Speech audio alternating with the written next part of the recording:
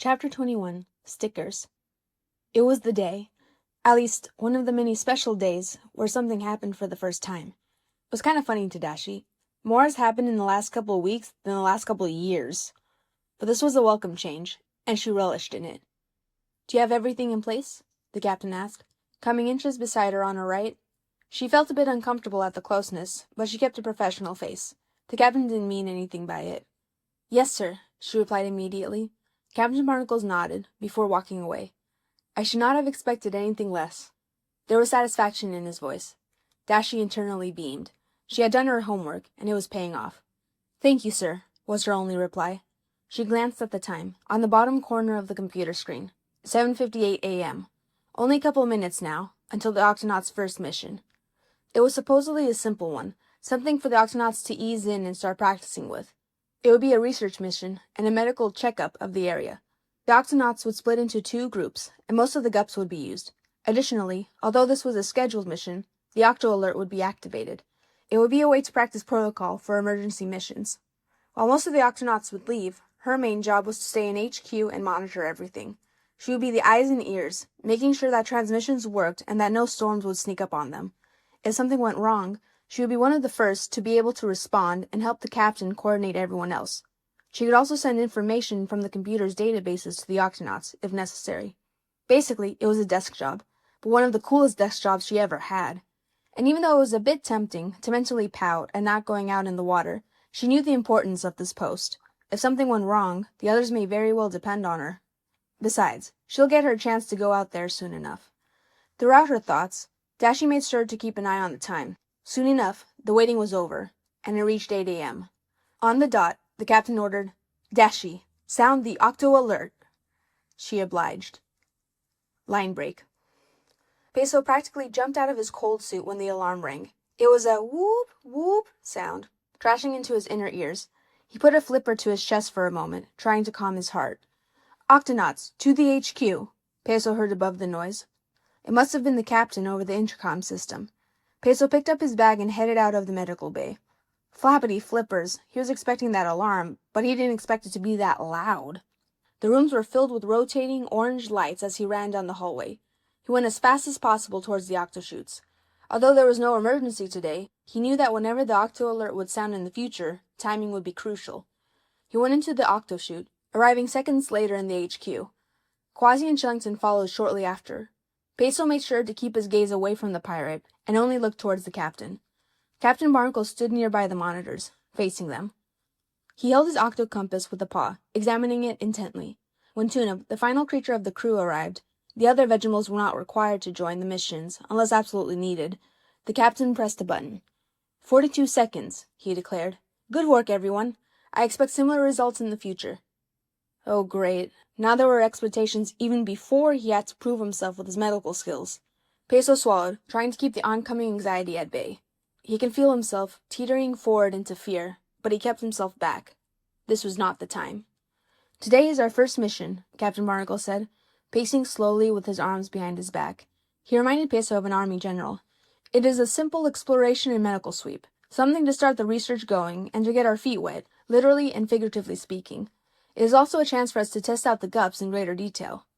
Tweak bit into a carrot at that, casually chewing, her posture shifting to one hip. Peso stared for a second. Why was she eating at a time like this? The captain didn't seem to mind, though. "Everyone, to the launch bay. When you arrive there, get into your groups and launch the GUPs as you've been directed. Everyone got it?" There were affirmatives from everyone. Peso found himself nodding mutely. "Then Octonauts," Captain Barnacle smirked and put a fist to his paw. "Let's do this." Line break. It's not so bad, Peso thought. He was in front of a flat rock that acted as a makeshift table. He was giving a fish a checkup, and a line of creatures were in front of him for their turn as well. He had thought of so many ways their first mission could go wrong, so many ways someone could mess up or a piece of technology could fail. But so far, everything was going right. The GUPs worked, the teammates knew their positions and what they were doing, and amazingly, the local sea creatures were welcoming.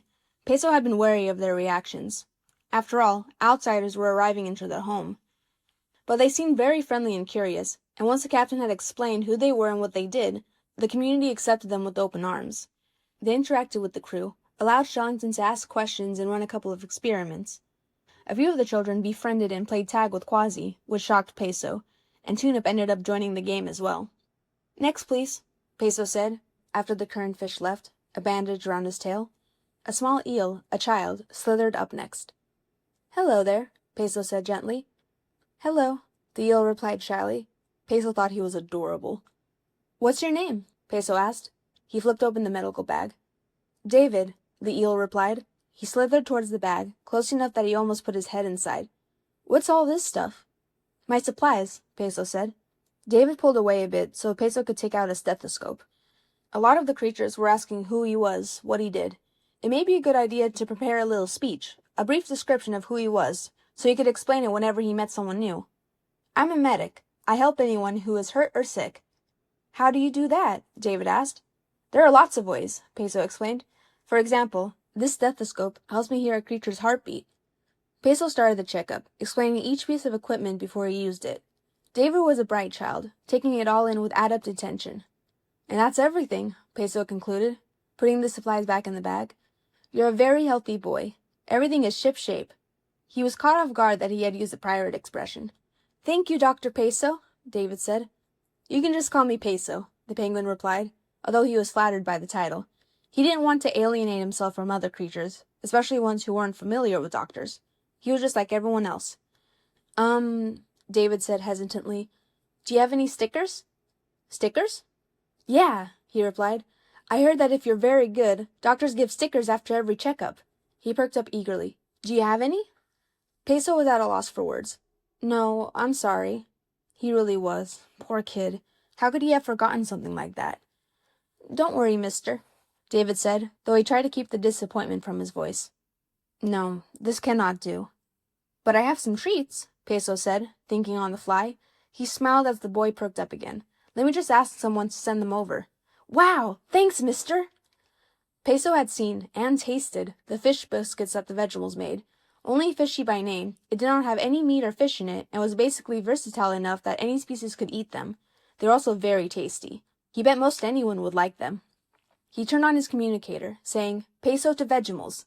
He eyed the next creature in line, who shifted impatiently. "Please hold on for just a second, sir," Peso said. "I'll be with you shortly." "Yes, Peso?" The professor's voice went over the communicator. "Professor?" Peso asked. "Are the Vegemals there?" "Yes," Inkling said. In the background, Peso could hear the faint, metallic noises of pots and pans. "I'm helping them out with some baking. Do you need anything from them?" "Can they please send us some fish biscuits?" Peso said. He turned to David. "Some very good patients deserve some treats." "Of course," Inkling chuckled. "I'll let them know." "Thanks," Peso said, before ending the transmission. The Vegemals sent the fish biscuits in record time, and David couldn't be happier. That night, Peso asked if Tweet could possibly invent waterproof stickers, and a year later, when the Octonauts toured that section of the sea, Peso had a whole roll of stickers just for David. Author's note: a possible origin story of Peso's waterproof stickers, for your consideration.